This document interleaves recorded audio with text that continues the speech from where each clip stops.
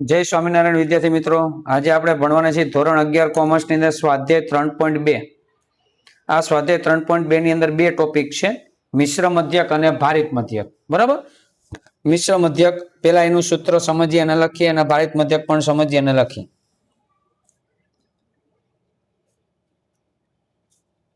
જરૂરી સૂત્રો. એમાં પહેલું છે ભારિત મધ્યક.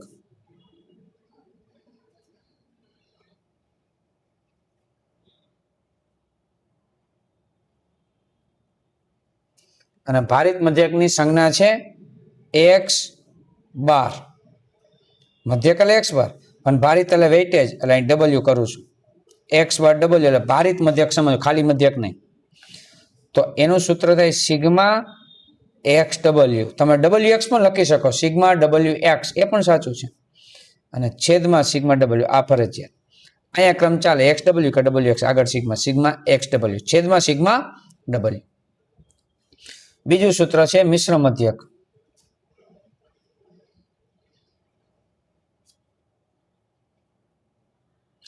મિશ્ર મધ્યક, મધ્યક એટલે x બાર. મિશ્ર મધ્યક એટલે કમ્બાઇન, કોમ્બિનેશન એટલે c. બે મધ્યકનું ભેગું કરવું એટલે કોમ્બિનેશન, એટલે એને કહેવાય મિશ્ર મધ્યક. બરાબર, મિશ્ર મધ્યક બરાબર. સૂત્ર n1 x બાર 1 પ્લસ કરવાનું n2 x બાર 2. n1 x બાર 1 એનો ગુણાકાર કરવાનો, n1 અને x બાર એ બેનો ગુણાકાર એટલે હકીકતમાં સિગ્મા x કહેવાય. સરવાળો, પેલી માહિતીનો સરવાળો, બીજી માહિતીનો સરવાળો, જો ત્રીજી હોય તો ત્રીજી માહિતી, ચોથી માહિતી, એનો સરવાળો. સરવાળાના છેદમાં n, પેલી માહિતીનો n પ્લસ બીજી માહિતીનો n, સરવાળાના છેદમાં n મૂકો એટલે બેનો ભેગો મધ્યક મળી જાય. આને કહેવાય મિશ્ર મધ્યક. ત્રીજો હોય તો હજી ત્રીજો, અંશમાં ત્રીજો આવે, n3 x બાર 3 છેદમાં n3 આવશે. તો આ થયું મિશ્ર મધ્યક. બરાબર, તો આપણે સ્ટાર્ટ કરીએ રકમમાંથી 3.2. આની રકમ શું છે એ આપણે જોઈએ છીએ. રકમ તમે જો પહેલી વહેલી, એક ફેક્ટરીના 75 કુશળ કારીગરો, કુશળ એટલે કંઈક આવડત વાળા, જેને આવડે છે કંઈક, એના દૈનિક વેતનનો મધ્યક ₹280 છે. મધ્યક આપી દીધો એટલે x બાર આપી દીધો. જ્યારે 125 બિનકુશળ એટલે જેને ટ્રેનિંગ લીધેલી નથી અથવા ઓછી આવડે છે એવું પણ કહી શકાય, એવા 125 કારીગર છે. એ કારીગરોનો દૈનિક વેતનનો મધ્યક ₹150 છે, એનો પણ મધ્યક આપી દીધો. હવે લખે છે બધા કારીગરોના વેતનનો મધ્યક શોધો. હવે બધા એટલે શું સમજવાના? 75 આ અને 125 આ. હવે એનો મધ્યક એટલે હકીકતમાં મિશ્ર મધ્યક શોધવાનું થયું. રકમમાં ક્યાંય શબ્દ નથી મિશ્ર મધ્યક શોધવાનું, પણ આ લીટી પરથી આપને ખ્યાલ આવી જવો જોઈએ કે મારે મિશ્ર મધ્યક શોધવાનો છે, બધા કારીગરોનો મધ્યક. બરાબર, એટલે મિશ્ર મધ્યક. ચાલો કઈ રીતે દાખલો થાય એ આપણે જોઈએ છીએ, સ્ટાર્ટ કરીએ છીએ. પહેલો દાખલો,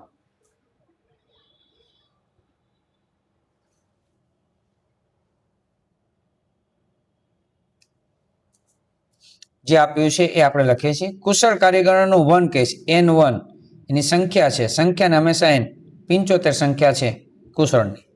એના મધ્યકને x બાર અને 1 કહેશું આપણે. એના વેતનનો મધ્યક છે 280. પછી છે n2 125 બિનકુશળ, એની સંખ્યા. એનો મધ્યક એટલે x બાર 2 અને એ છે 150. હવે મિશ્ર મધ્યક એટલે x બાર c શોધવાનું છે. બધા કારીગરનો મધ્યક ભેગો લે મિશ્ર મધ્યક. તો મિશ્ર મધ્યકનું સૂત્ર વિદ્યાર્થી મિત્રો હમણાં જ આપણે સમજ્યા કે ભાઈ x બાર c એને બરાબર n1 x બાર 1 પ્લસ n2 x બાર 2 છેદમાં n1 પ્લસ n2. બે માહિતી છે એટલે બે સુધી આપણે લખ્યું છે. હવે n1 કેટલો છે અહીંયા? તો n1 રકમની અંદર છે 75, x બાર 1 280, n2 125, x બાર 2 150 છેદમાં n1 પ્લસ n2. ચાલો 280 ગુણ્યા 75 કરીને મને જવાબ આપો. 280 ગુણ્યા 75 કેટલો જવાબ આવે છે? ઓકે, 21,000. સરસ. આપણે લખીશું અહીંયા 21,000. 125 ગુણ્યા 150 18,750 છેદમાં 200 થશે. હવે આ બેનો સરવાળો એટલે કેટલો થાય? 39,750 છેદમાં 200. ચલો ભાગાકાર કરો અને પોઈન્ટ પછી બે આંકડા મને આપવાના. 198.75. આ મને શું મળી ગયું? મિશ્ર મધ્યક. એકદમ સરળ છે ને વિદ્યાર્થી મિત્રો, સમજાઈ ગયું ને? કોમેન્ટની અંદર મને ખાસ ઓકે અથવા યસ એવું લખીને આપજો. ચાલો દાખલા નંબર 2. હવે એની રકમ જોઈએ આપણે. દાખલા નંબર 2 બીજો દાખલો છે. નીચેની માહિતી પરથી ભાવ આધારિત ટકાવારી ફેરફારનો ભારિત મધ્યક શોધો. હવે ચોખ્ખો શબ્દ લખ્યું ભારિત મધ્યક. ખોરાકની વસ્તુ ભાર, ભારને ડબલ્યુ કહેવાય. બરાબર, ડબલ્યુ માટે જુદા જુદા શબ્દ વપરાય છે, હમણાં લખું છું. પછી ભાવનો ટકાવારી ફેરફાર. હવે જે દાખલામાં ભાર ડબલ્યુ આપે એના સિવાયની સંખ્યાવાળું જે ખાનું હોય ને એક્સ કહેવું પડે તો જ એક્સ ડબલ્યુ રીતે દાખલો થાય. તો એક્સ માટે જુદા જુદા શબ્દ વાપરે છે જે ફિક્સ નથી, ચોક્કસ નથી, નક્કી નથી. ભાર માટે કયા શબ્દ વાપરે છે એ હું અહીં લખી દઉં છું. દાખલા તરીકે તમે પણ નોંધ તરીકે લખી લેજો કે ડબલ્યુ એટલે ભાર. આ ફાઇનલ. ચાલો, પણ એની માટે ઘણી વખત મહત્વ એવું શબ્દ વાપરે દાખલામાં. ઘણી જગ્યાએ અગત્યતા એવો શબ્દ વાપરે છે. અગત્યતા, આવા જુદા જુદા શબ્દ વાપરી શકે છે. તો એના પરથી આપણે ખ્યાલ આવવો જોઈએ કે મારે ખરેખર શું શોધવાનું છે. તો આ શબ્દ પરથી આપણે મેળવીશું ડબલ્યુ, ભાર, મહત્વ અને અગત્યતા. એને કહેવાય ડબલ્યુ. બરાબર. તો દાખલા નંબર 2 કઈ રીતે થાય છે એ હવે આપણે જોઈએ છીએ. બીજો દાખલો.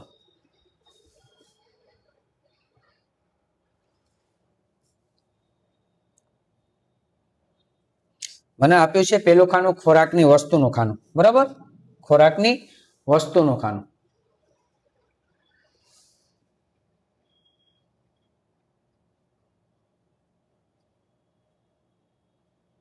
અને એ છે ચોખા, ઘઉં, ચા, ખાંડ અને કઠોળ. પછી છે ભાર. ભારને શું કહીશું? ડબલ્યુ. એ છે 7, 10, 5, 8, 2. પછી છે ભાવનો ટકાવારી ફેરફાર. એને મેં કીધું એના માટે કોઈ શબ્દ નક્કી નથી, એને એક્સ જ આપણે કહીશું. 134, 125, 115, 97 અને 120. બરાબર.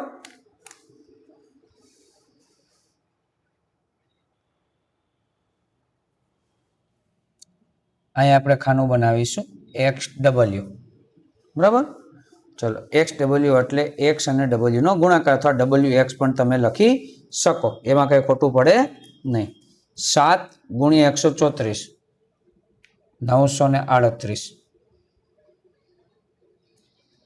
10 ગુણ્યા 125 1250. 5 ગુણ્યા 115 575. 8 ગુણ્યા 97 776. 2 ગુણ્યા 120 240. આના ટોટલને કહેવાય sigma x W.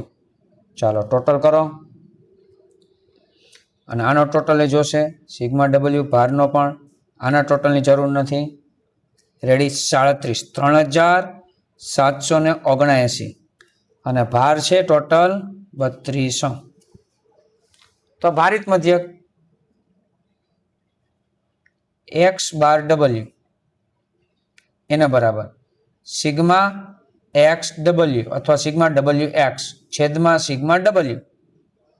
Sigma x W છે 37 79 છેદમાં 32.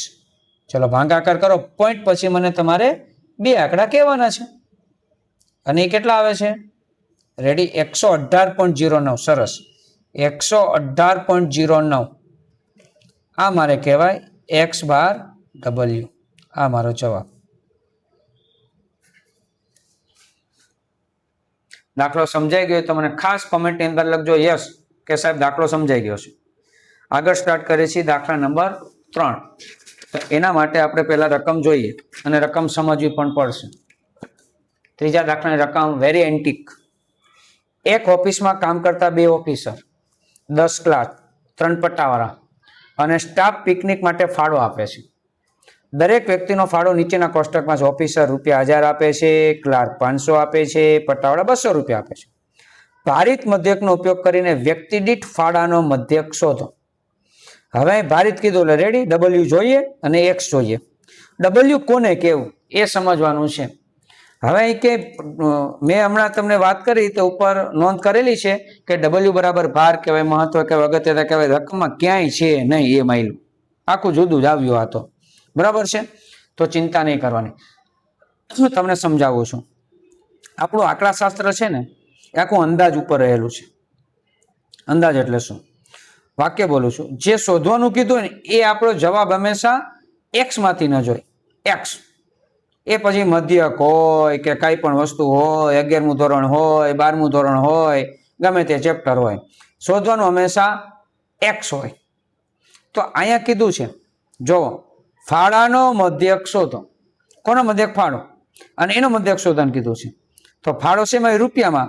તો આપણા માટે દાખલામાં રૂપિયા જે છે ને એક્સ, રૂપિયા લેજો, આ રહ્યા ₹1000 એક્સ, 500 એક્સ, 200, આ આપણા માટે એક્સ છે. તો એક્સ મળી ગયું. હવે ડબલ્યુ ગોતવાનું રહ્યું. તો ડબલ્યુ કોને કેવું? દાખલાની અંદર જે જગ્યાએ બીજો આંકડો એ આપણા માટે ડબલ્યુ કહેવાય. આ એક આંકડો આપણા માટે એક્સ છે, તો બીજો આંકડો 2, 10 અને 3 વધ્યા છે એ આપણા માટે ડબલ્યુ કહેવાય. બરાબર? તો એક્સ મળી ગયું, ડબલ્યુ મળી ગયું. ચાલો આપણે સ્ટાર્ટ કરીએ છીએ. અહીંયા આપણે કર્મચારી લખ્યા, ઓફિસર છે, ક્લાર્ક છે, પટ્ટાવાળા છે. બરાબર? અને હમણાં વાત કરી રીતે કે ભાઈ ફાળો છે એ રૂપિયામાં છે, એને આપણે શું કહેવું પડશે? તો કે એક્સ. એક્સ તરીકે કેટલા છે? ઓફિસર ₹1000 આપે છે, ક્લાર્ક ₹500 આપે છે, પટ્ટાવાળા ₹200 આપે છે. હવે ડબલ્યુ. હવે એની સંખ્યાને જ ભાર કેવું પડશે, કારણ કે એના સિવાય બીજો કોઈ રકમ આંકડો નથી. એટલે એ પણ આપણે સામાન્ય મગજથી કામ કરે કે ભાઈ મારે ડબલ્યુ કોને કહેવું, તો એક જ આંકડો છે. ડબલ્યુ એટલે અહીંયા થાય છે 15. એક્સના ટોટલની જરૂર નથી. એક્સ ડબલ્યુ 1000 ગુણ્યા 2, 2000. 500 ગુણ્યા 10, 5000. 200 ગુણ્યા 3, 600. સિગ્મા એક્સ ડબલ્યુ કેટલા થાય છે? 7600. ભારિત મધ્યક એક્સ બાર ડબલ્યુ બરાબર sigma x W upon sigma W. હવે સિગ્મા એક્સ ડબલ્યુ કેટલો છે આપણી પાસે? તો કે 7600. છેદમાં એન કેટલા છે? તો કે 15. 7600 ભાગ્યા 15 આપણે કરો. પોઈન્ટ પછી બે આંકડા મને તમારે આપવાના છે. ઓકે, 506.67. 506.67. આ મારે થયો ભારિત મધ્યક. ખ્યાલ આવે છે મિત્રો? એકદમ સરળ દાખલો છે. સમજવાનું મેન હતું કે ડબલ્યુ કોને કહેવું ને એક્સ કોને કહેવું. ઘણા બધા વિદ્યાર્થીઓને કદાચ ખ્યાલ ના પણ હોય, એવું બની શકે. દાખલા નંબર 4 અને 3.2 નો છેલ્લો દાખલો, ચોથો દાખલો. રકમ પહેલા સમજીએ. એક વિદ્યાર્થીને 7 થિયરી પેપરમાં મળતા ગુણનો મધ્યક 62 છે. 7 થિયરીના પેપર, એનો મધ્યક આપી દીધો છે. 7 સંખ્યા, એનો મધ્યક x². 3 પ્રેક્ટિકલ પરીક્ષા, જો થિયરી અને પ્રેક્ટિકલ 3, તેના ગુણનો મધ્યક કેટલો હોવો જોઈએ એનો મધ્યક નથી આપ્યો. કે જેથી સંપૂર્ણ પરીક્ષા, સંપૂર્ણ એટલે થિયરી અને પ્રેક્ટિકલ 7 ને 3 10 પેપરની વાત કરે છે. સંપૂર્ણ પરીક્ષામાં તેનો ગુણનો મધ્યક અડસઠ થાય. અહીંયા આપણે મિશ્ર મધ્યક આપી દીધો છે, એ ખ્યાલ આવી જવો જોઈએ. સંપૂર્ણ પરીક્ષા કીધી છે એનો મધ્યક એટલે મિશ્ર મધ્યક કહેવાય. બરાબર. ચાલો આપણે દાખલો કરીએ. મિશ્ર મધ્યક શોધવાનો હોય કે મિશ્ર મધ્યક આપી દીધો હોય ત્યારે આપણે શું કરવું? દાખલા નંબર 4.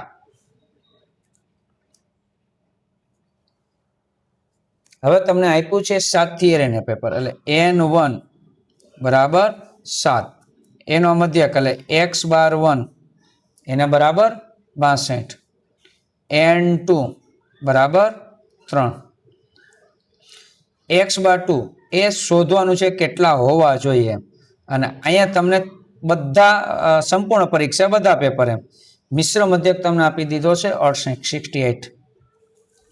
તો મિશ્ર મધ્યકનું સૂત્ર મૂકીશું આપણે અહીંયા કે મિશ્ર મધ્યક બરાબર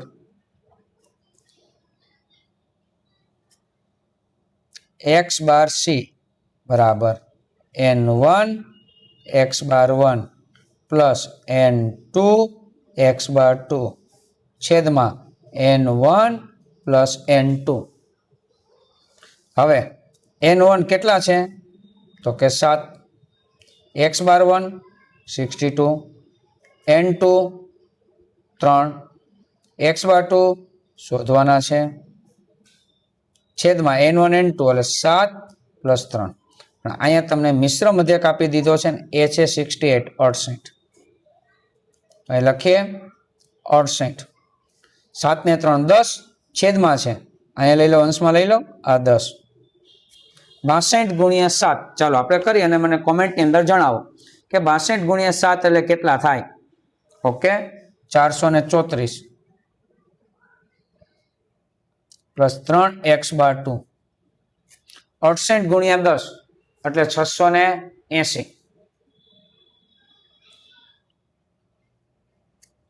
પ્લસ 434 આ બાજુ આવે તો માઇનસ બરાબર 3x બાર 2.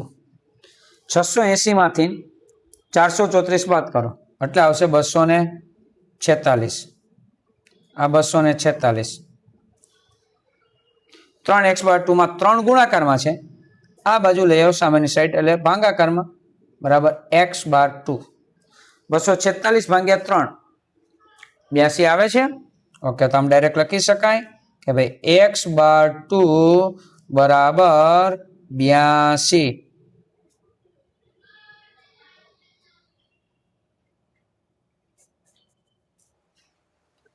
તો આ વિડીયોની અંદર અહીં સુધી રાખીએ છીએ મિત્રો. નેક્સ્ટ વિડીયોની અંદર આ 3.2 ના જે ઉદાહરણ છે એ ભણવાના છીએ અને એમાં પણ નાની મોટી નવીનતા છે. તો નેક્સ્ટ વિડીયો સુધી બધા જ વિદ્યાર્થી મિત્રોને જય સ્વામિનારાયણ.